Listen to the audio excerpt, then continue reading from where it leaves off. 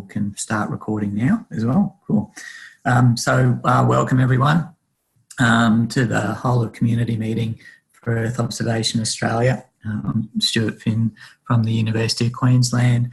The chair of Earth Observation Australia, and the co-chair is Sylvia Michael. Helping me deliver this today is going to be Larissa Marfan at UQ and Joe Edkins. Thanks to everybody for attending this morning and the people who are presenting as well. So just in terms of the agenda for today, bit of an overview and aims again, just to keep us on track. Where we are with Earth Observation Australia. The bulk of today's items 3 and 4 in terms of current status and engagement across a range of areas. And then 4 will be an interactive session, and we're fortunate to have Agnes Lane, who's also a steering committee member for Earth Observation Australia from the Bureau of Meteorology, helping to run a presentation on the Geo-Ministerial Summit.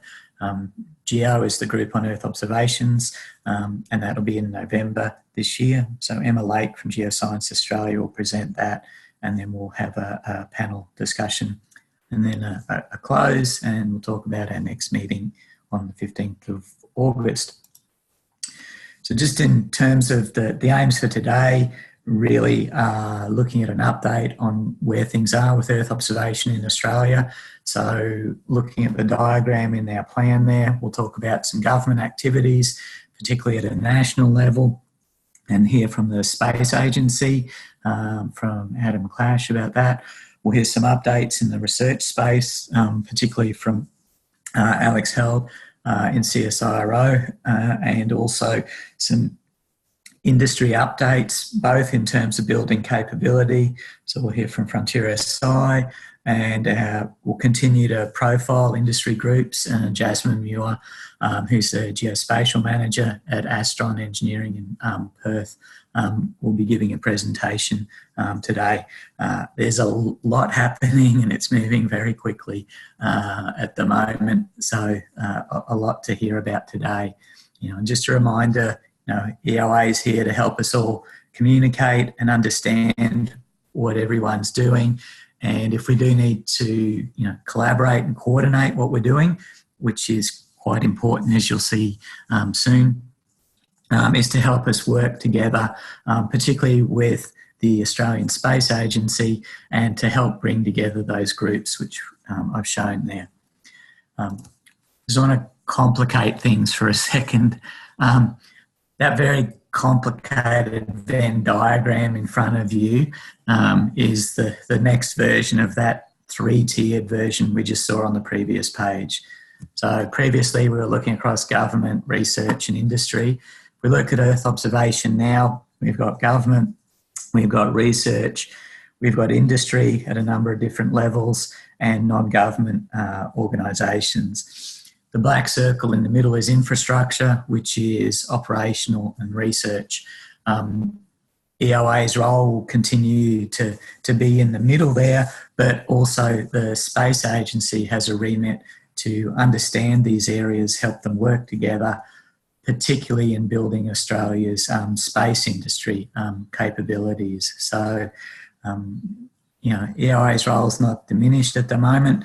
If anything, it's gotten more important and a bit more complex, and we're looking forward to working with everyone to help continue to link all of those sectors to make sure we make the best use of everybody's capabilities and the funding that's there, and deliver for industry and government research in Australia. Okay, so updates on Earth Observation Australia, which is where we're going, and also our forum. At the moment, we're in the midst of transitioning from essentially an ad hoc's probably not the best word, but an informal organisation that we've had for the last 5 years to a formally incorporated not-for-profit association. This was agreed on in a vote in the middle of May across all of our membership. So because we're based in Queensland, we'll be we need to initially incorporate here at a state level and then at a national level. So Joe Edkins is taking us through that process at the moment, which we're aiming to have complete by August. So for the moment, operations will still continue out of the University of Queensland and will continue to support in kind how Earth Observation Australia is operating, particularly in terms of staffing. But we are going to transition in the next half of the year to a phase where we will need increased engagement, and we'll be in a space where we can actually do that. That will mean changing our steering committee over to a management committee, and then also revitalising what we're doing with our working groups to come back to the 10-year plan, and also to keep working with key agencies. So we have been a little bit quiet over the last 6 to 8 months, but we're about to go through some changes which will increase our activity, and also our staffing and support at UQ is going to increase at the moment as well. So I just hand over now to Karen Joyce, who's hopefully online, to talk about the Earth Observation Forum in 2020. Cool, thanks Stuart. Can you hear me okay? Yep, very clear. Awesome. Hello everyone, I'm going to take maybe 2 minutes, if that, just to ask you to save the date for our Earth Observation Forum. So we've got quite a large committee working on building this to be an amazing couple of days of sharing all sorts of aspects of what we do, and we are calling it the Earth Observation Forum as opposed to a conference. So we are looking at something very different to your standard academic conference, with a very interactive program that we've got planned. So it's going to be a lot of fun and a lot of things that will be really quite different, I think. So if you can put in your calendars the 28th of September to the 1st of October, it will be in Brizzy at the Convention Exhibition Centre down in South Bank. And it's a case of we want as many people as we can to come and think about presenting and sharing. And we are also looking for, we'll be putting out a call very soon for workshop ideas. So looking at having workshops for two days over the course of the week there, and it's likely to be the Monday and the Friday for the workshops, with the main bulk of the forum on the Tuesday through Thursday during that week. So if you've got ideas for workshops, if you feel free to either drop myself or Stuart or Renee Bartolo or Glenn Campbell or anyone who's on the conference committee, if you want to drop us an email with ideas. Otherwise, we will be calling for them formally coming up quite soon. And I guess at the next whole of community meeting, we'll present the draft program and how it's looking so far as well. So pretty excited about getting that together. If you do have any ideas for people who may be interested in supporting or sponsoring the forum, we would also love to hear from you. So in any way, if you've got ideas for workshops or particularly funding options for us, please get in touch. And otherwise, please just make sure that you pop that in your diary. Cool. Thanks, Stuart. Right. Thanks very much, Karen. Yeah, so this will be an important opportunity for our community to get back to having hopefully what will become a regular occurrence every 2 years.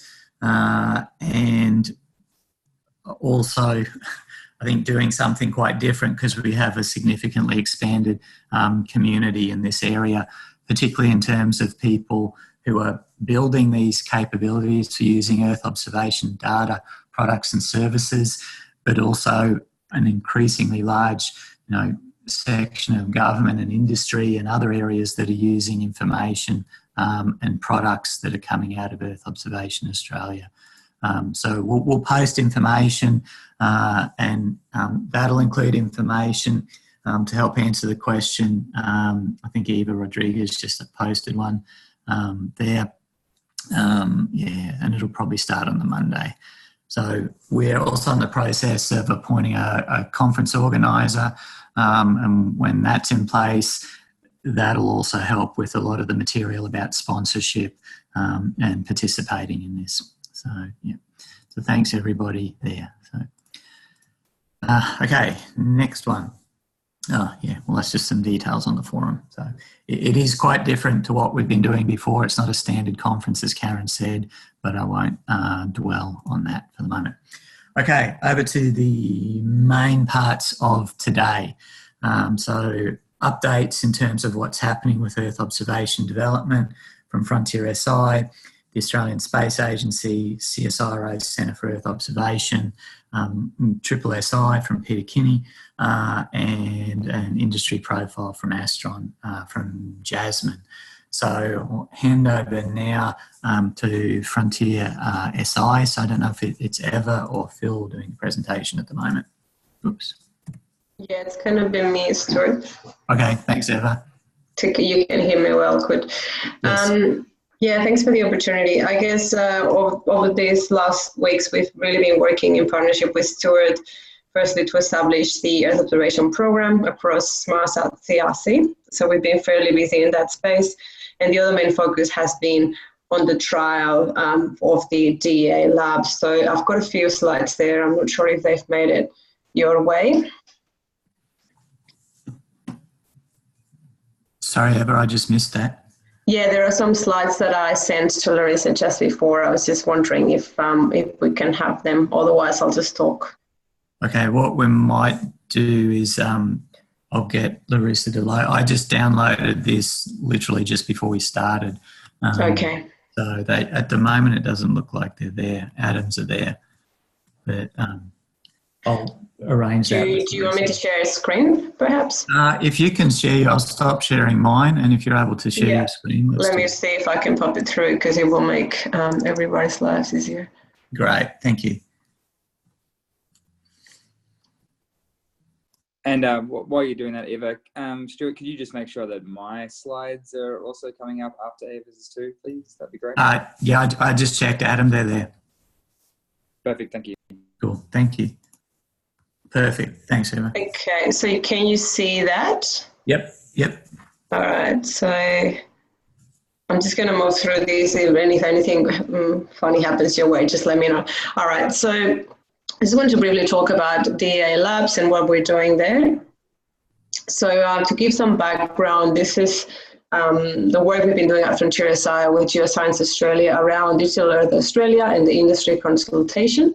So we've gone through this process over a few months, and that has culminated in a strategy that was released not that long ago.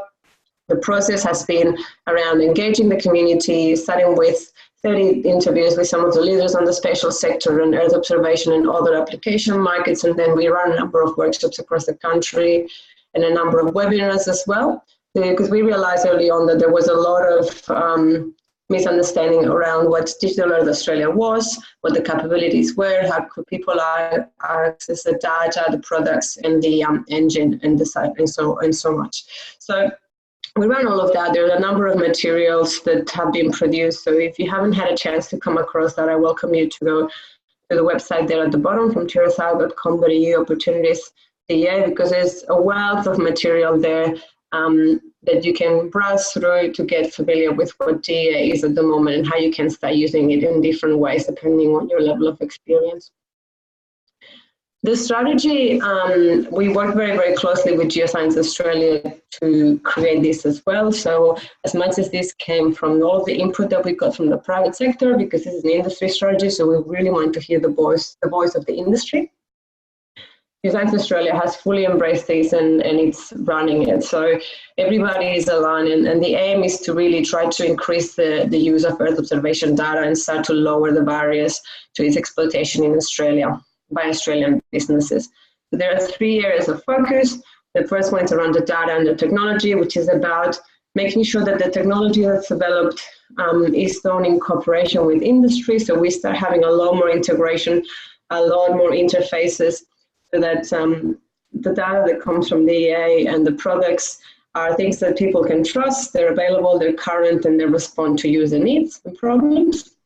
Another key component that came across as vital was the education and also the awareness. And these two were two components that we were not expecting to have such a focus at the beginning, but it became evident that there's a lot of work to be done there. So the other two areas of work are around there. And so we looked at a set of principles that will guide the activities on that area. Firstly, around making sure that we're having real world learning and education, practical stuff. So this is what we've been trying to do so far, getting people to get hands-on early, start to experience the data, start to experience the products, and then through that process learn and educate themselves, and do that at different levels. So from graduates to also helping established businesses take this on board. And then also to create real use cases and start to show that and to open and unlock that value to other areas of the economy that may not be yet be aware of the power that Earth observation can have for them and for their businesses. So one other component of all of this was the DEA Labs. And this is a program that emerged to try and accelerate the adoption of Earth observation and the technology. This emerged around the need that was seen to really start to work in an agile way, and so not wait for people to go out and do their own thing, but try to really simulate the adoption, I guess, in a more supported way.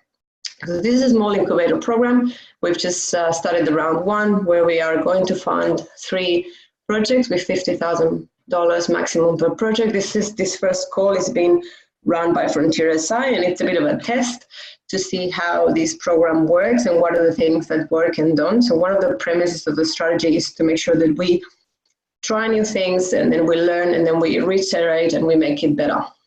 So this is open to any company, any size. It is around solving end user problems and industry challenges, having measurable benefits, and really foster and try and enhance collaboration and support. Also having the DEA program team supporting industry and the participants. The IP is owned by the participants, which means Frontier SI or GA will not hold that IP. So this is really about supporting the industry. And the idea is to be part of an ecosystem of collaborators, investors, SMEs, and industry to start to grow the pie. So this call went out in April 2019, and we asked companies to submit a 2-page project summary. The EOA closed the end of April, and we received in that space 33 proposals. Almost all were partnerships with end users.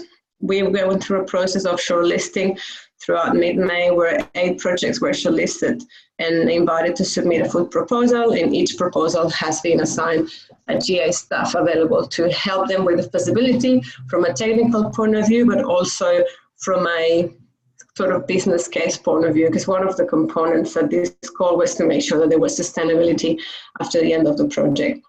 We are receiving the final full proposals this week, and we will do the evaluation over the next week, and hopefully projects can start before the end of June. These are some of the results that we've had through this first phase of receiving proposals. So, excuse me, from the 33 projects, we saw that more than half provided co-funding, which is a really good thing to see. It means that companies are invested and see the value in doing so. Some in cash and others in kind, which is even better. And then there were 12% that did not provide any contribution. From the 33 projects, in terms of applicants, we saw that 52% were SMEs and 33% were startups, with 15% being large companies. We think this is a kind of standard way of seeing this, given that in this space the majority of companies in Australia are SMEs, that we really welcome the fact to see that there were 33 startups taking the opportunity to put up proposals, and some of them are actually being shortlisted. So this was some of the feedback that we got through the consultation around making sure that this is open to everyone, and so that that really, you know, anyone has the opportunity and can access this. In terms of the focus, and the customers, so how many of them identified customers, we saw that that was fairly good across the board. Only 3% had no customer identified, and whereas in the majority of cases there were customers identified, then the challenge was to see that those customers, those potentially paying users, were confirmed and invested, which meant that there was it was for us to see that this was a real case of a project that would have sustainability after the end of the project, that would continue in some sort of form, and that those users were really willing to potentially pay or to utilize a service or product or application that would come out of this process. In terms of the areas of focus from an application point of view, we've got a word cloud there at the bottom right, and we saw that some agriculture was the main focus, followed by environment, also some proposals around health, resources, a few focused on government, local government, and land. So these are areas that are fairly traditional, but we saw quite an interesting breadth in terms of topics, which was also welcoming as one of the main outcomes of this process is to start to have use cases that we can then start to showcase and promote across Australia to stimulate some other companies and some other sectors to start to get interested around Earth observation and the kinds of insights and knowledge that they can get out of it. And that's all for me. Cool. Thanks, Eva. I mean, yeah, we'll make sure those slides get up. Yeah. So, yeah, if you're able to stop sharing, I will. Back to the other one. And if we head on to Adam Clash's presentation from the Australian Space Agency, and I'll just get, if people can just be mindful of time in terms of how you're going through these things as well. That would. I will okay. Make sure I'm nice and punchy, Stuart. So don't worry. Cool. Thanks, Adam. Can you see your slide? Yeah, absolutely. Next slide, please, Stuart. All right. I firstly just want to echo Stuart's comments initially about with your awesome Venn diagram. By the way, that was an incredible diagram. But I just want to echo your sentiment in the importance of Earth observation in Australia. I think we are 30 people here at the agency, and I think we'll be the first to admit that we don't always know the complete picture of industry, and we rely heavily on bodies such as Earth Observation Australia to give us input and to give us insight into what the industry is doing. And I think we both have a great role to play together to make sure that we're collaborating and coordinating the Australian efforts both nationally and internationally. Look, first, just a quick general update on what some of the things that the agency has been doing recently. So we'll be just quick through this stuff. We've recently, we've got 2 consultations actually in progress still, the Space Launches and Returns Act, possibly not as interesting to this group, I'm not sure, but we're consulting on those draft rules, so that's the subordinate legislation that falls underneath that act. Submissions for that close tomorrow, so if you're interested in that, please jump onto our website and have a look at those consultations. And the second one, which is an upcoming consultation, and that is the Space Investment Initiative. And I'll talk a bit more about that in the next slide, but that consultation process is also about to start. So that starts so that starts tomorrow as well in Brisbane and goes all the way to the end of the month. Obviously the strategy was released in the last budget period just before the election. So we had to sort of wait until that election process finished to see how that strategy unfolded. And given the continuation of the current government, it meant that, we can solidify that strategy in place.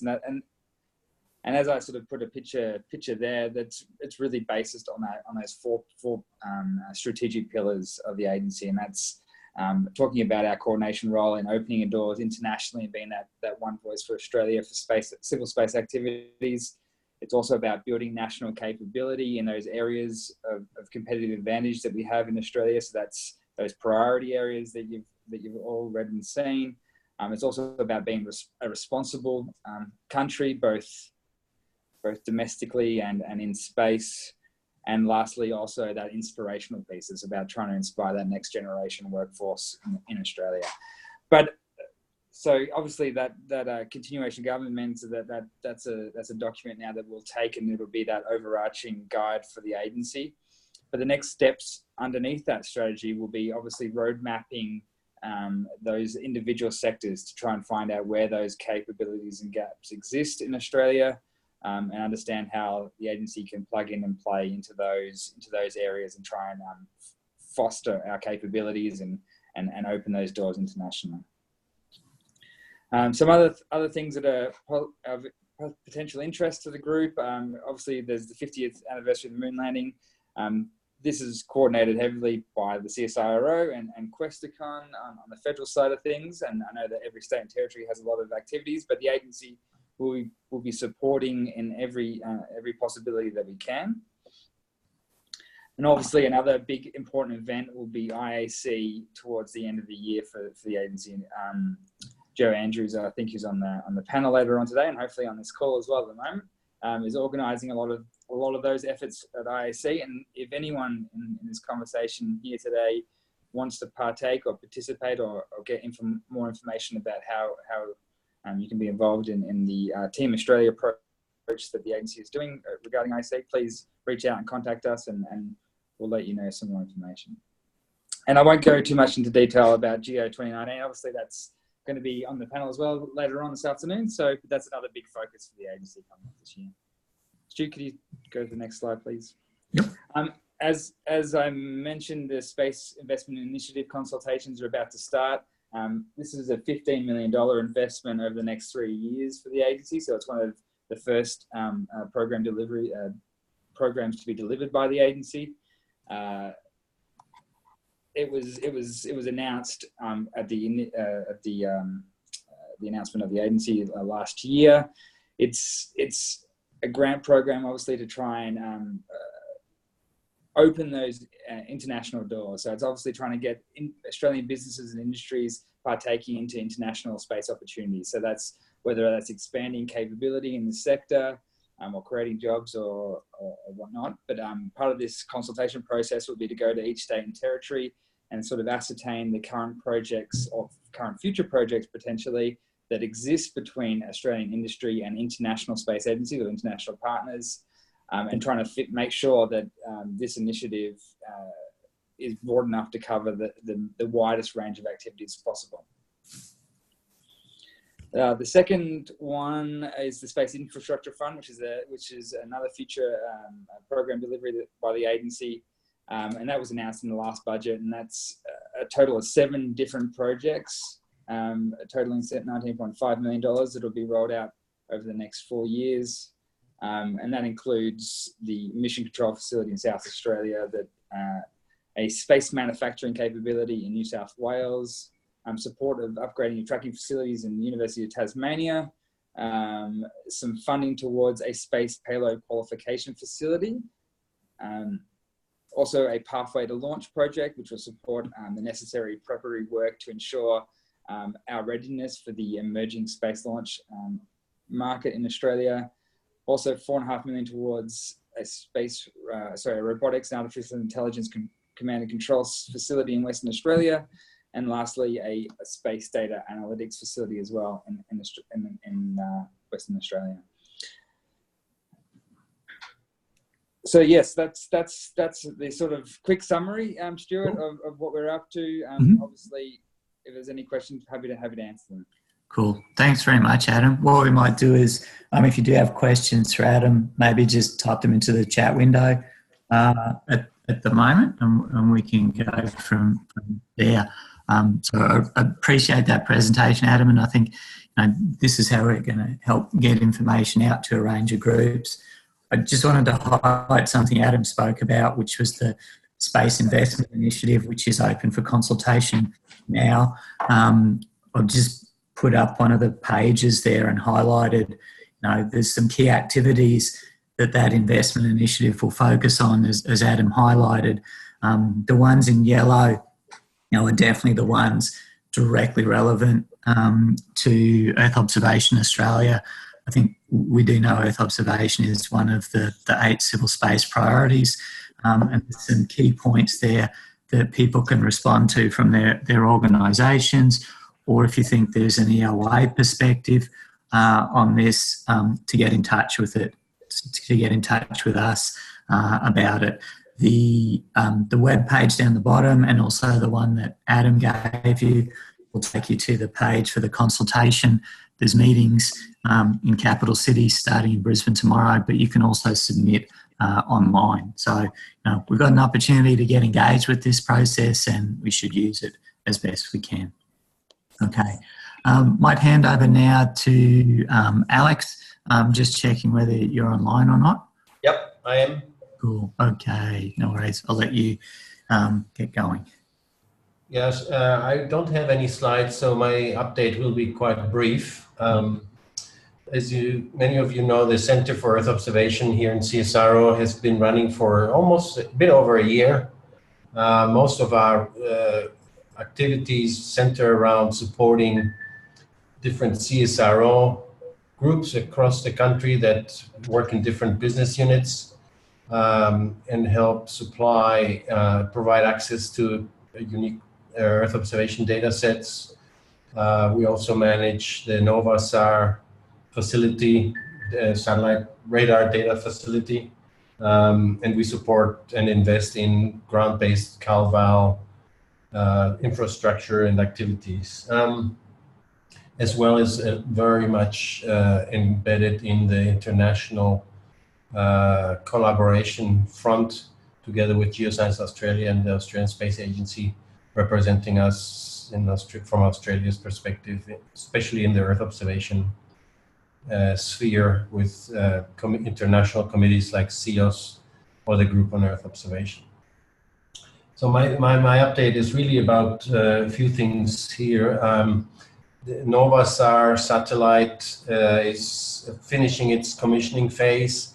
We have received some early imagery, which looks quite promising and looks quite good. We've been hosting a number of radar and NOVA-SAR workshops across the country.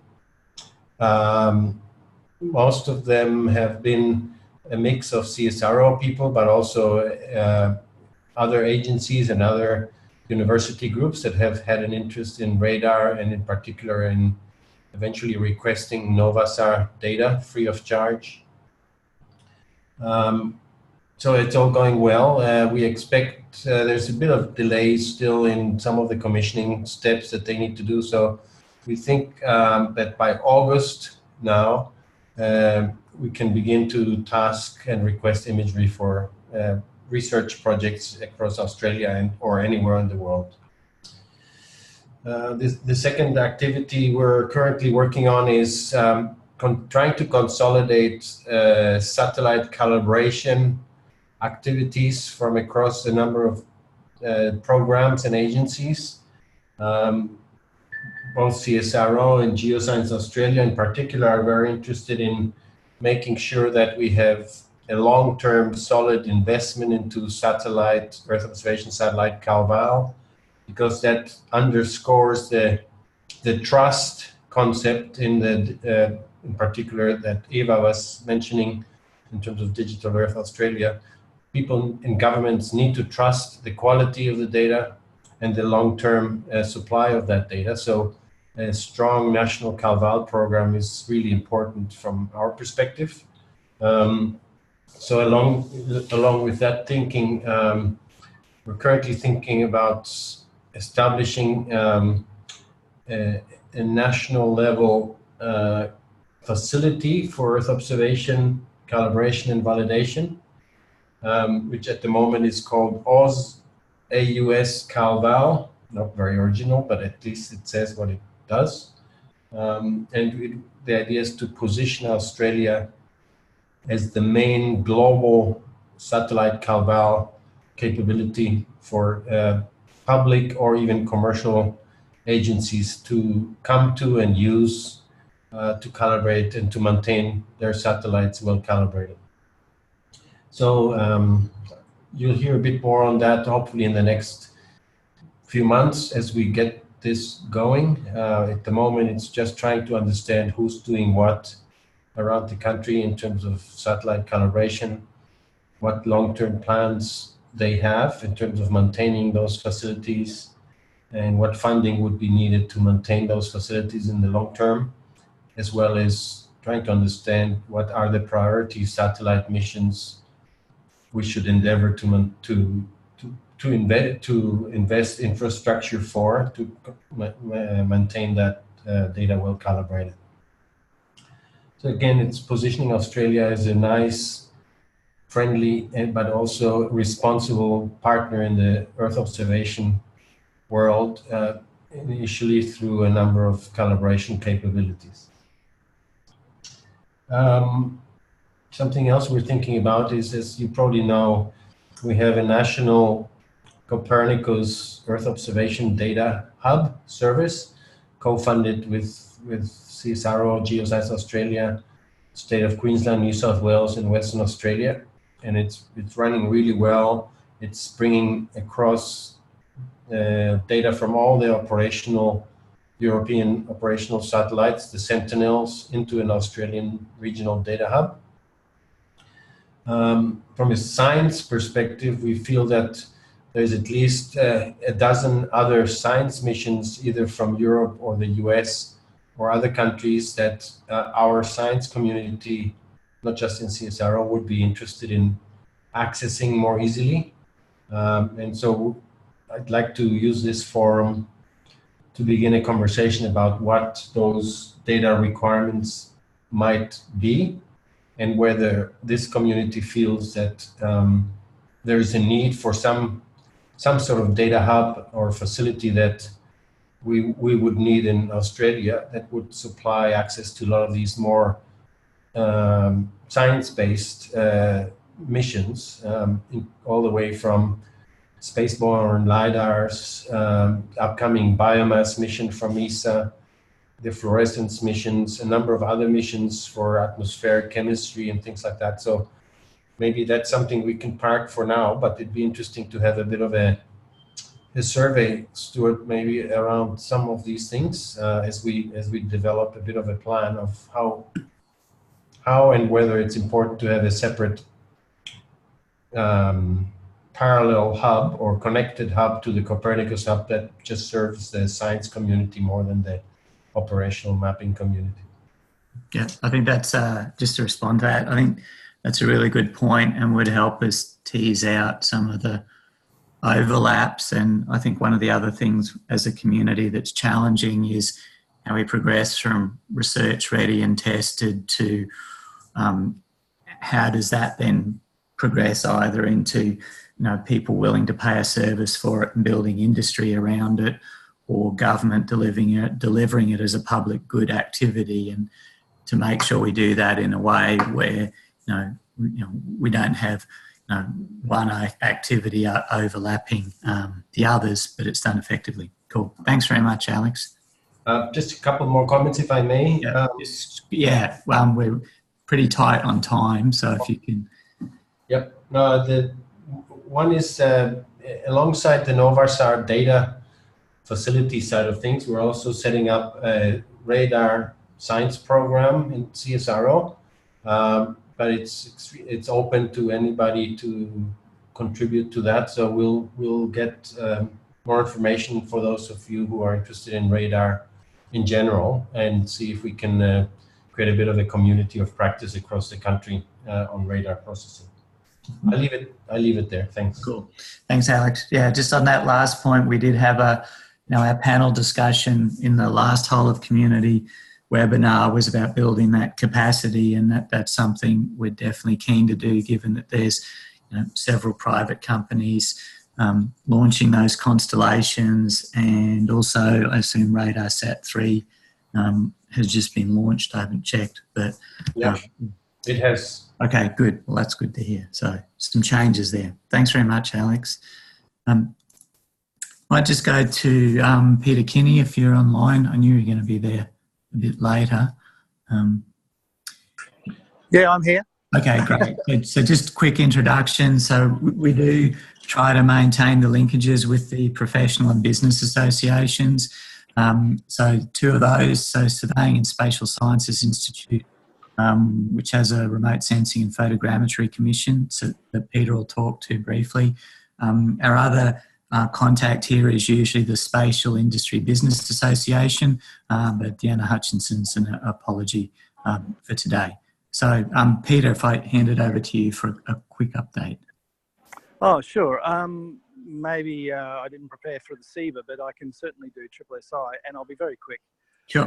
The main upshot that overlaps with this community is SSSI's support of Earth Observation Forum coming up next year. The interested in making sure that the members of the spatial industry receive their CPD points towards their professional certification. So we need to engage on that with you guys. Also, there's a need to, or a desire to assist in developing the workshop day and how that might be developed. I'm actually going to be meeting DPAC in a very short period of time to discuss this further on what sort of resources we might need to execute against that. Cool. So they were the two main issues, and I apologise, no slides to bore you with. And as far as SEBA is concerned, SEBA will obviously be very supportive of any activities in the spatial industry. But from a commercial perspective, I'm putting on my commercial hat now. The SEBA would want to make sure that this wasn't that it had a commercial bent to it, not necessarily just all government and research. Sure. So we would work on how that all hangs together. Right. Thanks. That's a really good consideration. Thanks very much, Peter. All right. We just move over to our industry profile this week. So Jasmine Muir from Astron. So Jasmine, just checking you there. Hi, Stuart. All right. You're all right if I advance the slides for you? Yeah, that would be great. Thank you. Cool. And good morning, everyone. Thanks for the opportunity to present today. I just wanted to highlight the importance of Earth Observation Australia to industry. So we're regularly engaging with a number of the initiatives that have already been talked about this morning. We're engaged with DEA Labs. We're working with NCI, and also would be very interested to hear more about that radar science platform as well. If you just want to go to the next slide, Stuart, I'll tell you a little bit about our company. Astron is an independently owned environmental consultancy. It's one of the largest in Australia. We've got 70 staff across the environmental science, botany, zoology, and remote sensing and data science. We're based in Perth, and the majority of our clients are mining based, being here in WA. But we also do other contracts with state and local government, and also in Queensland and Victoria. We'll just go on to the next slide, Stuart. Yeah, apologies about the spacing on this. I'm not sure why that's just turned out like that. Yeah, I'm not sure either. So in our geospatial team, we've got 10 members. This has grown from 5 over the past 2 years. So we're really seeing quite an expansion and uptake of Earth observation technologies within our client base. We do a variety of different types of Earth observations. So we do traditional remote sensing using satellite and manned aircraft and drones. We do photogrammetry and LiDAR.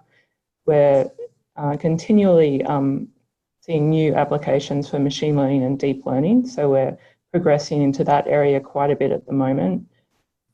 We've been doing time series analysis, 3D modelling, and a lot of that is focused around the mine site rehabilitation performance monitoring that we've been working up. I'll just go on to the next one as well. So C4D is one of our startup companies.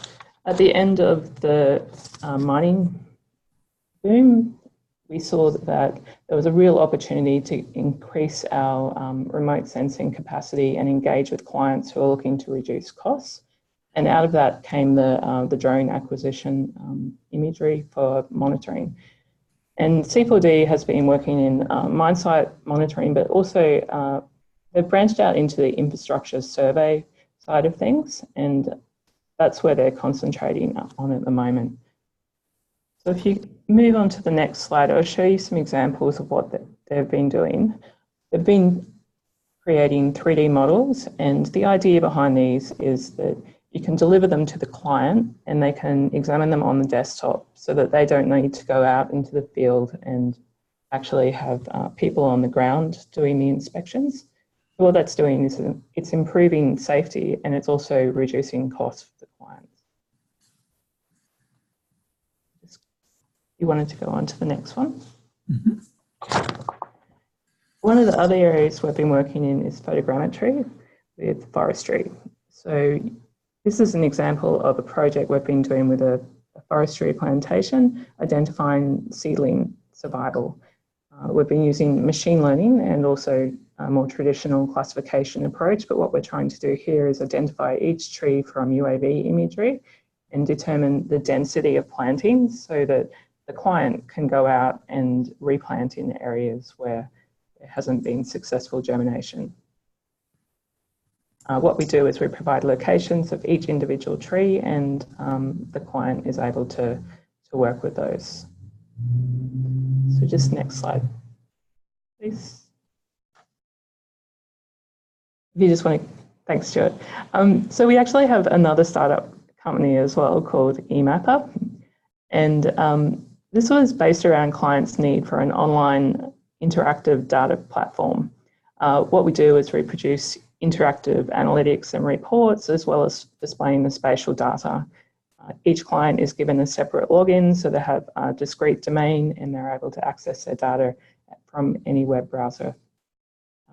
And it's particularly useful for tracking what's happened over time. So we're currently using this a lot in the mine side rehabilitation as well. We've been given a $2.4 million Mets Ignited sponsorship to build this platform over 2 years. So that commenced last year in May. And a lot of the development behind this is actually coming out of the Astron geospatial team. So that's the team I'm currently managing. And if you move on to the next slide, I'll show you some of the outputs from that. So at the top there, you have an example of a 3D model of a waste rock dump. So these are very common here in WA. There's a lot of small waste rock dumps, particularly associated with gold mining. What we do is build a 3D model of that, and we're able to look at the geometry, the stability in terms of the erosion features such as gullies, and also the vegetation cover. And where this comes in with our client base is that's what they're required to report on under legislation and under their mine closure plans. So there's a real industry driver here to have this kind of product. It's traditionally been delivered through transects and through surveys, and we're one of the first in Australia to offer this kind of service to our clients. So all of this analysis is done by the geospatial team within Astron and then delivered through that eMapper platform. Just on to the next slide there. One of the other major projects we do is groundwater dependent ecosystem monitoring up in the Pilbara.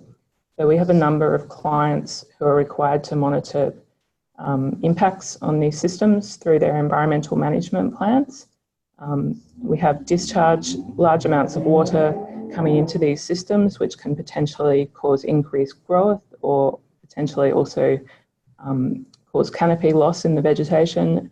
And then there's also surface flow disruption through the mining activities. With the next slide, you'll see some examples of what we're currently doing. So there we have an example of WellView imagery extent that we currently hold over the Pilbara. So we have 2 to 3 years in most of those areas. It's over huge regions. And this allows us to monitor canopies on an individual scale. So we can look at individual tree change between years. What we're doing is using that information to compare to baselines, so the pre-mining activities, but also to reference areas. So we've got a comparison as to the changes that are happening within those ecosystems.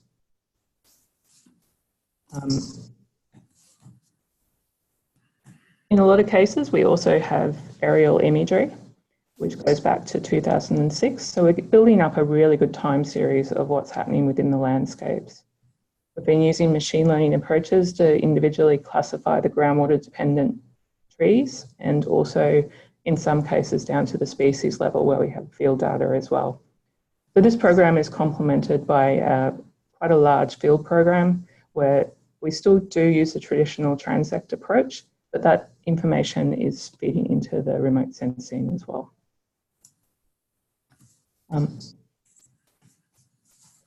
This is an example of another project we're doing. We've been contracted by the Victorian Department of Environment, Land and Water and Planning to map all of the wetlands across their state, across the entire Landsat 5, 7 and 8 time series. To do this, we've engaged with Frontier SI and also the NCI and GA to be able to use their infrastructure to access the data cube. And because of this, it's enabled us to efficiently and time efficiently to process all of that Landsat archive. We've been employing also some other research that came out of the Joint Remote Sensing Program, so using the water index developed by Adrian Fisher, who I think is online at the moment, and applying that to map the frequency of inundation. And finally, this is just a couple of examples of the deep learning processes that we've been using for object detection. So one of our clients was interested in detecting bilby diggings, and we've been successfully able to do this from UAV imagery. We've got an example on the right top there of seedlings that were identified in new plantings along a main road, where we had to differentiate them from weeds and also trees that recoppice. And finally, down the bottom, there's an example of counting seabirds. So we're really seeing quite a increased capacity within our team, but also demand for these deep learning approaches from our clients. So that's a really quick overview of what we're doing within our part of the industry. We're really keen to keep engaged with the Earth Observation Group and also generally just to engage with the spatial community, and having these kind of forums is really important for that. So I'm not sure if you have any questions, but that's all I had to present for today. Cool. Thanks very much, Jasmine. And this, I guess, this really good idea of like what you're doing, the different technologies, and appreciate, you know, making the linkages back to the national programs and how it's helping build capability. So hopefully we can do more of that as we go through. So that was really helpful. So if you do have questions, there's the contact details for Jasmine. You'll be able to get those after the presentation as well. And if you've got questions now, just type it into the chat window. So thanks very much, Jasmine. And apologies for what the text formatting. That's definitely something I've done. So yeah, all right. What we'll do now is switch over to an interactive session. So Agnes Lane, who's on the steering committee for Earth Observation Australia and also the Bureau of Meteorology, will be hosting this. So I'll hand over to Agnes now, and she'll take us through a talk from Emma Luke and then a panel discussion about how to basically build this up. Agnes, just checking you there. Yeah, thanks, Stuart. Okay, yeah, just let me know to advance things. Yeah. All right, I'll leave that up to Emma to tell you. Okay, cool. So next up, we have Emma Luke. She's from the government, and she's a government and international strategy advisor from the Geo Ministerial Summit Task Force from GA. And Emma's going to talk to us about Geo Week, which is this year in November in Canberra. So Emma, over to you.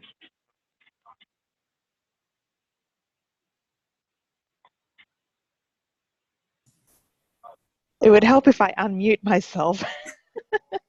Can you guys hear me okay? Yep. Excellent, because I'm running on a low battery sitting out a planning session in the division.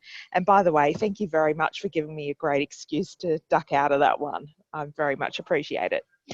Okay, so the Geo Ministerial Summit, I've been actually seconded across from the Department of Industry to GA along with my colleagues Jennifer Zhu and Joe Andrews, some other bits of the Earth observing system, to work on this exciting and unique event that we're holding in less than 6 months. And I'm here today to tell you a little bit more about it. I'm going to use this wonderful slide deck, which is very standard and in some places a little bit naff. It was put together by our friends in Geneva, so it kind of has a slightly Eurocentric focus. So please forgive me for any of those slight things along the way. I figure I'll just stick to the standard ones so we can have a really good discussion. Okay, so next slide, please. So the background to all this: in our rapidly changing world, almost all economic activity and almost all business decisions must consider how the planet on which we depend on is changing. At the same time, digital technologies are disrupting our societies and economies, changing how we work and how we live. This change is happening at an extremely rapid pace and presents us with new challenges and new opportunities to deliver sustained and inclusive economic growth. The integration of Earth observing data into broad digital economy will be critical to achieving this goal. In November 2019, ministers from GEO's 105 member governments, business leaders, heads of international non-profits and passionate individuals will meet in Canberra, Australia for GEO Week 2019, including the GEO Ministerial Summit. Investments in Earth observing to support sustainable growth and development is a central theme of this week of activity. The week's events will focus on ensuring that data about our planet becomes core input to our strategic economic decision making and our day-to-day business, environmental and development decisions. Next slide, please.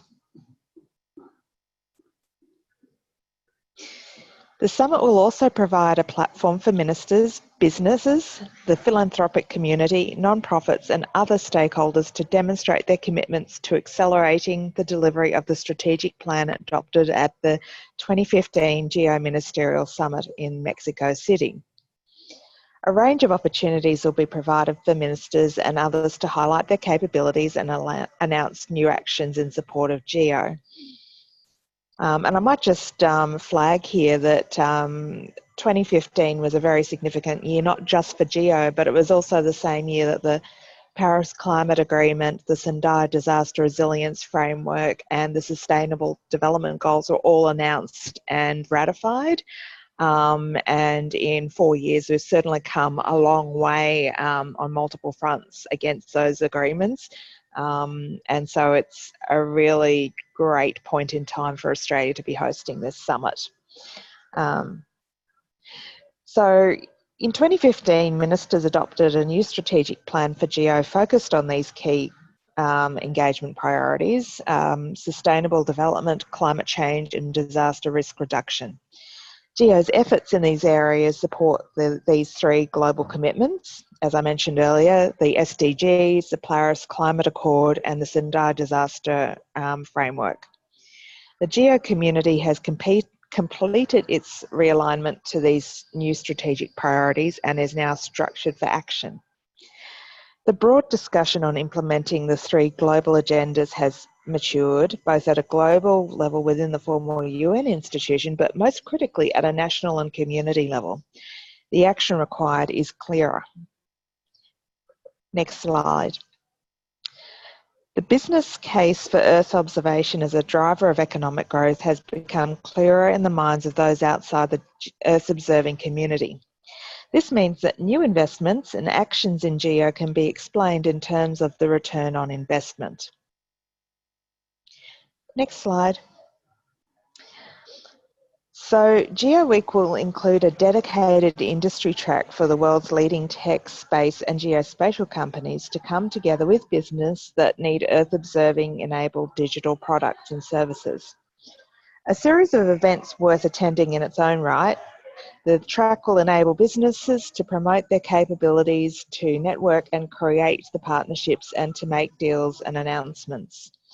Led by the Australian Space Agency with support from Australia's National Science and Technology Agency, CSIRO, together with the Australian Earth Observing Community.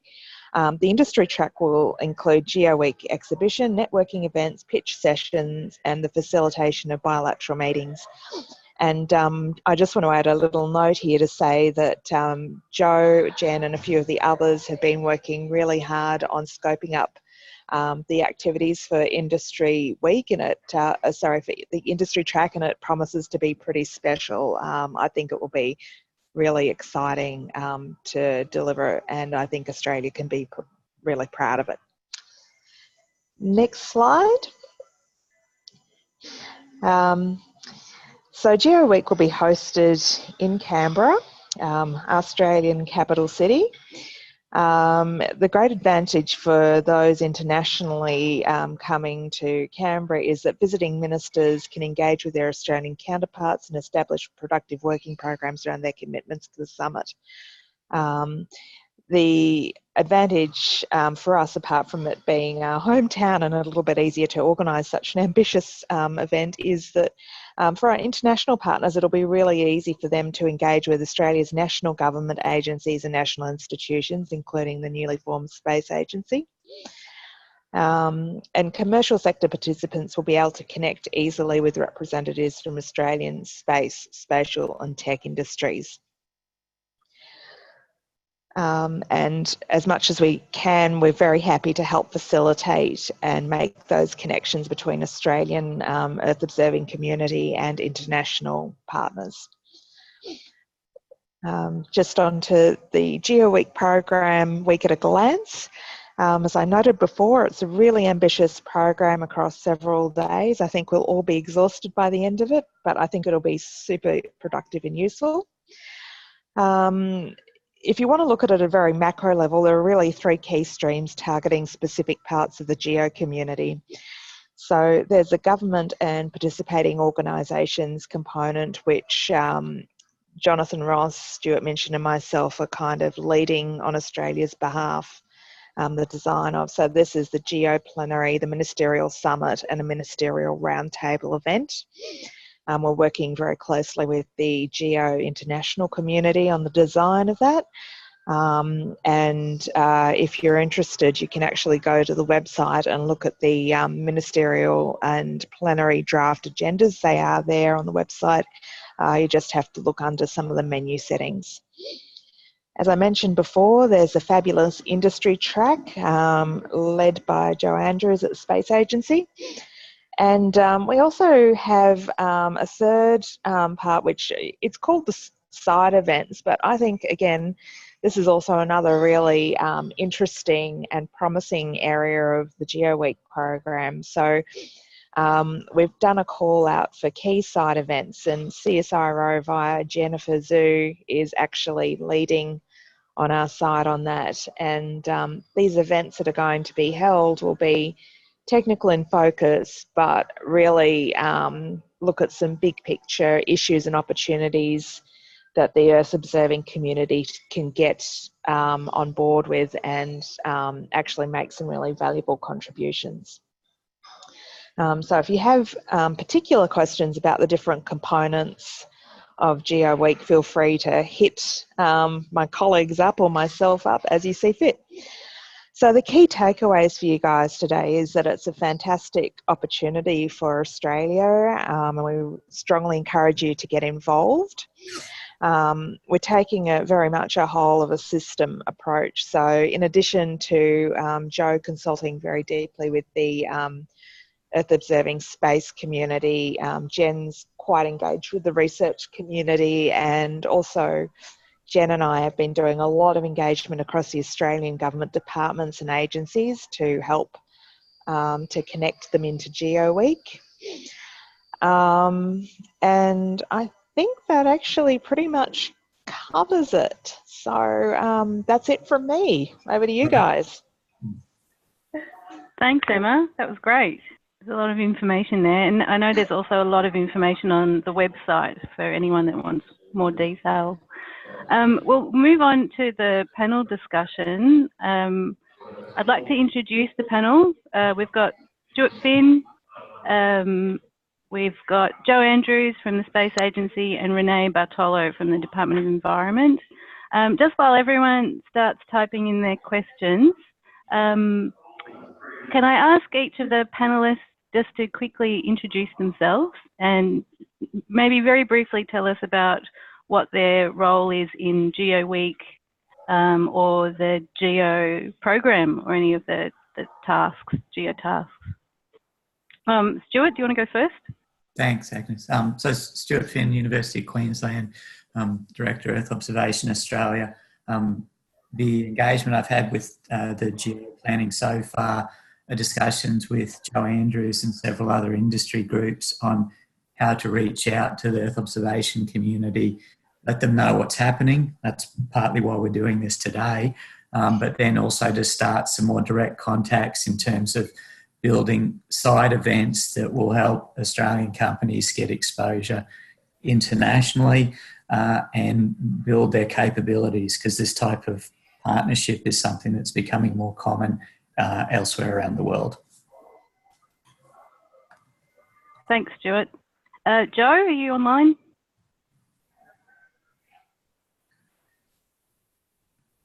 Joe Andrews? Can people hear me? Yep. Yes. Yep, sweet. So it's Joe Andrews. I'm with the Australian Space Agency, but also working with the Geo Task Force with a number of other people. And I guess my responsibility is on the industry track and developing a really strong program that we can engage industry both globally and in Australia in the Geo Week, which is mainly intergovernmental discussion, but we want to get industry in there because we see them having a very valuable contribution. Thanks, Joe. I'm sure there'll be lots of questions for you. And Renee, can you quickly introduce yourself as well? Yeah, hi, I'm Renee Bartolo with the Department of Environment and Energy, and I'm located as a supervising scientist in Darwin. I've just made a note to contact our guys down in the Environmental Resources Information Network. I have not heard about our involvement in Geo, so it'll probably be good to touch base and find out where we fit, because we are a very large user of conservation products across the environment and energy components of the department. Okay, thanks, Renee. I've received one. I'll start with one of the questions we received through the chat screen from Karen. Karen wants to know, is there an education or youth track or something to engage students during Geo Week? And maybe that's one for you, Joe. Yeah, happy to take that on. We are looking at what the STEM opportunities and community engagement opportunities are within the Geo Week. I think that will probably interact with the industry track within Geo Week, and part of the industry track is an exhibition where we're expecting to have between 30 to 50 companies providing booths and presentations on their activities there. I guess at the moment we're still developing what the details of the educational or citizen engagement will be within Geo Week. But yeah, it's something on our minds. It's just one of the balls we've got in the air that we're trying to get settled at the moment. So, Agnes, it's Stuart. Can I just ask a question of that? Yeah.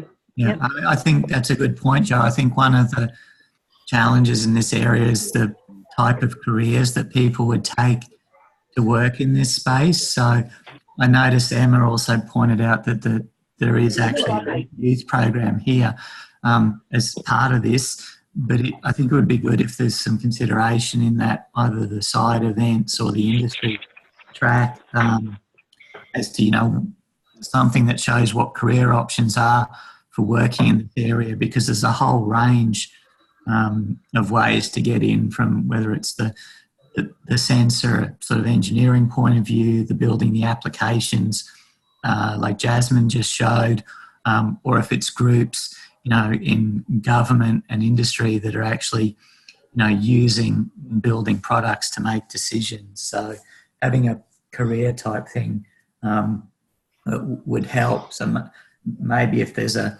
public facing component, to help build that education side would be good, and that'd help address I think Karen's question partly. Sure, Yes, we're happy and to we take are that very on. keen to see. Sorry, Joe. Yeah, no, it's all right. We're just saying we're looking at the opportunities that we have there. Just noting that the Geo Week really is it's a global meeting, and focusing on that intergovernmental at the first hurdle for the plenary discussions, and we're being quite bold in extending it out to try and get industry involved as well, and I think it's something we definitely need to do. In no way wanting to downplay the significance of getting the sort of outreach and education part of it as well. But yeah, we're probably focusing on our main hurdles at the moment, but definitely want to get that in there as well. And Joe, will there be some information about the education track? If people want to get involved, how can they get involved? When we have sort of clarified how we can incorporate that public-facing element into Geo Week, we definitely will communicate that out there. At the moment, we're talking to the different groups that are involved within Geo to see the best form that we can get that to take place, and we will communicate that when it's available. Okay, great.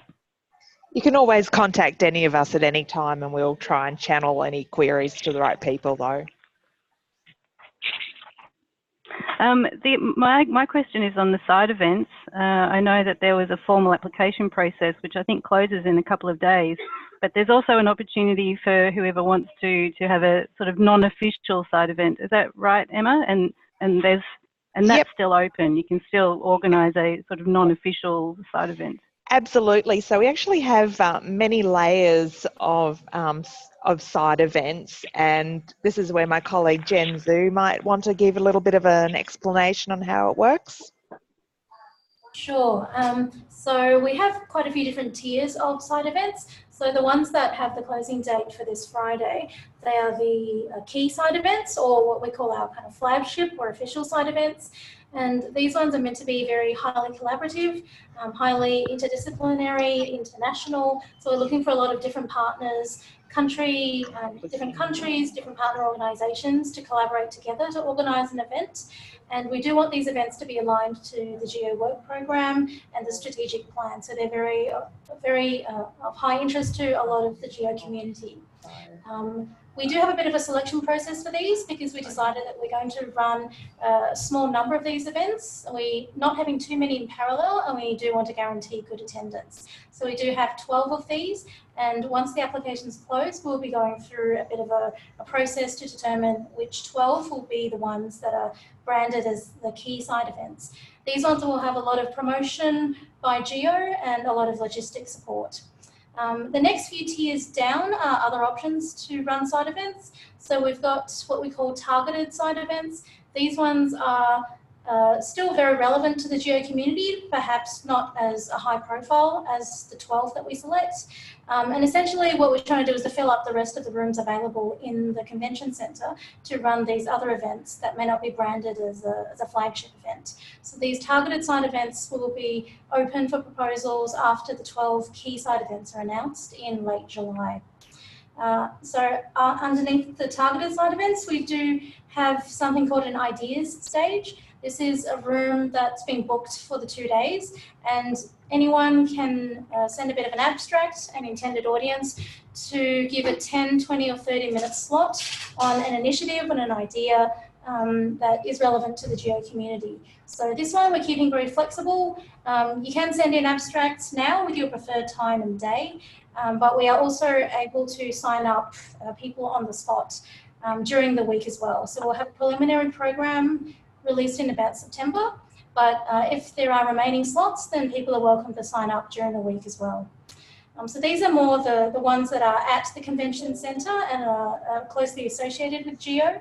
Other side events we call affiliated side events. These ones are more you're on your own. We can point you to a hotel with a conference venue, but it won't be held at the convention centre. So these ones are ones that may not be a targeted side event, but if you'd like to run one anyway, we'd kind of send you off to other venues and places in Canberra, and you'll have to bear the costs of these yourself. So I guess these are just some of the ways that you can get involved. And it's not just all about the key side events, although they're getting the most promotion at the moment, but there are many different layers, as Emma said, to get involved. That's great. Thanks, Jen. Stuart, is it okay if we go for a few more minutes? Yeah, absolutely. I think there's some other questions. I was just, actually, I'll ask a question if that's okay. Yep, go for it.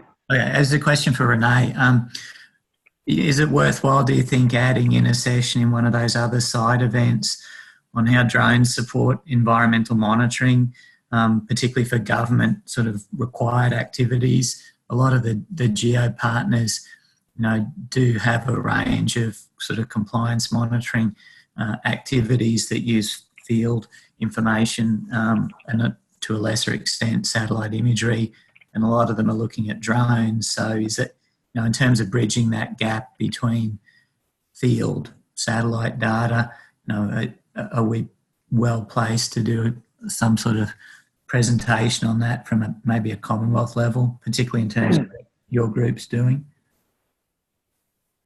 Yeah, for sure, Stuart. So we've also been working with Shanti's group in energy, doing exactly that, bridging the gap between field and satellite data for compliance stuff around the emissions reduction fund. So we did some work recently in Burke in relation to that. So we definitely have enough case studies, I think, within just environment and energy, but I'm sure there's others around at the state and territory level for compliance and environmental monitoring as well. And exactly that link on how we validate satellite imagery applications as well, using the drones in that space.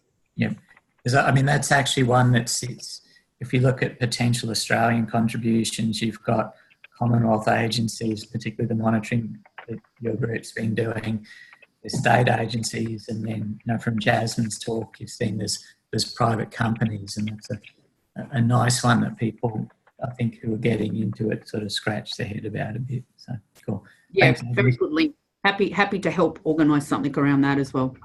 Mm-hmm. Yeah. Okay, thanks. I've got a question on the Geo Industry Track, which is a new initiative for Geo. And maybe this one's for Joe. Can you tell us more about how this community can get involved in the industry track events? How can they prepare now? And what do you think would be the benefits of participating in these events? Thanks, Agnes. Yeah, I think our strategy at the moment, we're preparing a prospectus on the industry track that provides more detail on the different elements within it, how to register, how to be involved in the exhibition, if that interests people, and also the opportunities to present within the industry track. We're putting together an EO industry platform to let people share ideas or issues that they want to share with the Geo community. Our next steps are to work with organisations such as Earth Observation Australia to share that prospectus with their stakeholders. At the moment, we're just getting it to make a little bit more professional, because my formatting skills are not really that good at the moment, so getting somebody else to have a look at it. Going forward from that, I really encourage people to look at what we're putting together in the industry track and get in contact with the task force if they're looking to do more than just register, because we will have a website to register. And yeah, as I think Stuart mentioned, we're in regular conversation with EOA and our partners about how we can develop the industry track. So if people have ideas within EOA on what they would like to do in the industry track, I would encourage you probably in the first instance to talk to Stuart and how that can involve, but also I'm very welcome for people to contact me and sort of talk about how things they might want to incorporate as part of the industry track. I think if I can just comment on that, Agnes. Yep, go for it. So like one of the action items from today is we'll come back to the Earth Observation Australia community as a whole with questions, and then once Joe has the formatted material that would come out as well. So there's definitely more opportunities. Yep, thank you. Can we keep going, Stuart? Yep. What time can we keep? Yep. Probably till 25 past, yeah. All right. So we're talking about engaging industry, and Geo Week will be unique because it's a global forum. So it's a really special opportunity. A lot of the customers of the future aren't traditional EO users. Can you, I don't know who to address this to, how are we going to capture customer needs, future customer needs? I might jump in on that, but I also might pass across is Phil Delaney from Frontier SI on the line?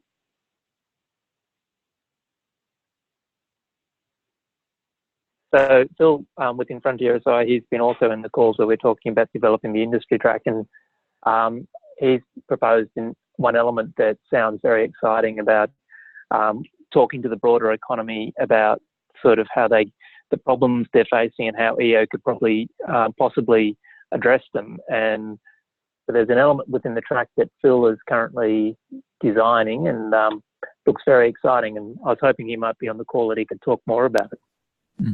Eva might be able to comment if she's involved as well. Hi, Stuart. I'm just actually talking to Phil on the chat as we speak. He had to be in another meeting. I have not been across that discussion, although I'm briefed Joe. Perhaps this is something that we can touch base next week, but I just put some comments in around some of the ideas that Phil was sharing with me. I'm not sure if this is what you're talking about, Joe, because we're doing a fair bit of work on this space, but around some of the pitches with having different end users from a multitude of sectors potentially, and have a problem pitch session where we're talking to the community around the kinds of issues that some of these users in different sectors of the economy are facing, and then have industry work through that and the kinds of solutions that we could achieve by using Earth observation. That's just an idea. And we do a lot of other work around design thinking, where we can have lots of different people in the room coming up with problems and then proposing solutions collectively. And that can be from any sector. It's really a very open process. I'm not sure if that's what Joe, that's what Phil was talking to you, Joe, but I'll get across that in the coming days. So maybe if not today, we can address that in the next meeting. Yeah, well, thanks for that. And yeah, I guess what I was referring to is the important thing is we need to sort of look at the broader economy and the broader needs of Australia. And I think that's something that's very important to see how we can incorporate that conversation as part of both GeoWeek and the industry track. Thank you. Thanks, Joe. Thanks, everyone. We've run out of time. Were there any last burning questions? There's a few in the chat that we didn't get to. Karen, I think that to answer your question about the attendees, I think there's a separate ministerial for ministers, if there are any. I don't know if they usually get a handful. Emma might know more about that. But there's all sorts of sessions. There's a panel. I'll leave it up to Emma to talk about that one, maybe. No, Emma. I'm sure there'll be more information about. No. Emma. Yes, it hasn't quite happened yet. I'm probably about down to 2% battery. We have a lot of interest by ministers, and we have a lot of interest by the Canberra-based ambassadors in attending Geo Week. I think we've captured their imagination. As to getting confirmed ministers, not as yet, but with ministers, you kind of don't really know whether they're coming until like the night before. It's always really, challenging to try and get like a minister confirmed. However, we'll be sending another round of invitations, RSVPs, follow-ups now that we've got our government confirmed, and we expect to start locking in attendance and announcing the VIPs that are coming. I might say that we've got some really high-profile keynote speakers coming along from places like the World Economic Forum and BBC Media, and we may even get a president or a prime minister from the Pacific Islands. It's a little unknown yet, but we're hopeful.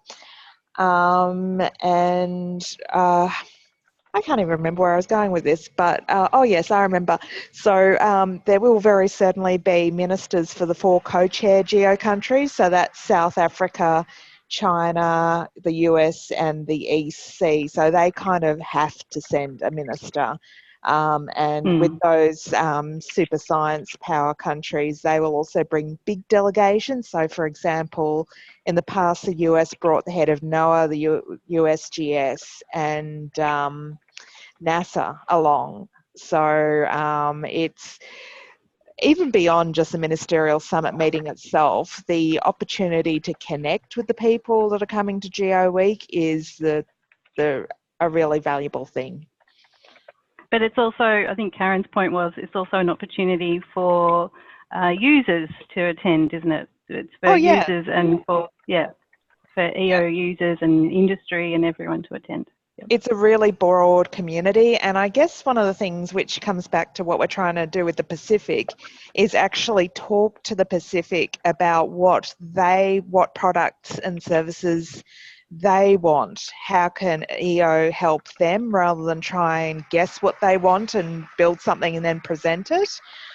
So we're very much encouraging that kind of user-based engagement at GEO Week. Fantastic. Thanks, Emma. We've run out of time. I'll hand over to you, Stuart. All right. Thanks very much, Agnes, and also thanks very much to Emma and Joe and Renee on that.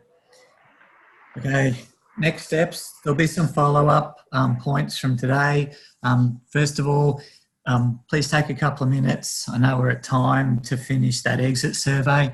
Now we're continually looking at how we improve these webinars in terms of content structure, other items. So please provide some feedback there. The details are on our website, along with recordings and slide sets as well. You'll have some more contact about the GEO Ministerial and engaging with that. Commentary on the Space Agency's International Space Investment Initiative. We will look at providing an EOA response to that as well. And you'll also get some updates on our progress towards the incorporation as a not-for-profit over the next 2 months, and also the forum. So lots happening, hopefully lots more to engage with over the next couple of months. So just like to thank everyone for attending today and all the presenters who prepared slides, and also to Larissa and Joe for setting this up and running it. And with that, what I'll do is close the meeting and encourage you to go to the exit survey, which Joe's just basically put the link in the chat window there if you want to click on it. So thanks again, everybody, and we'll be in touch soon. See ya.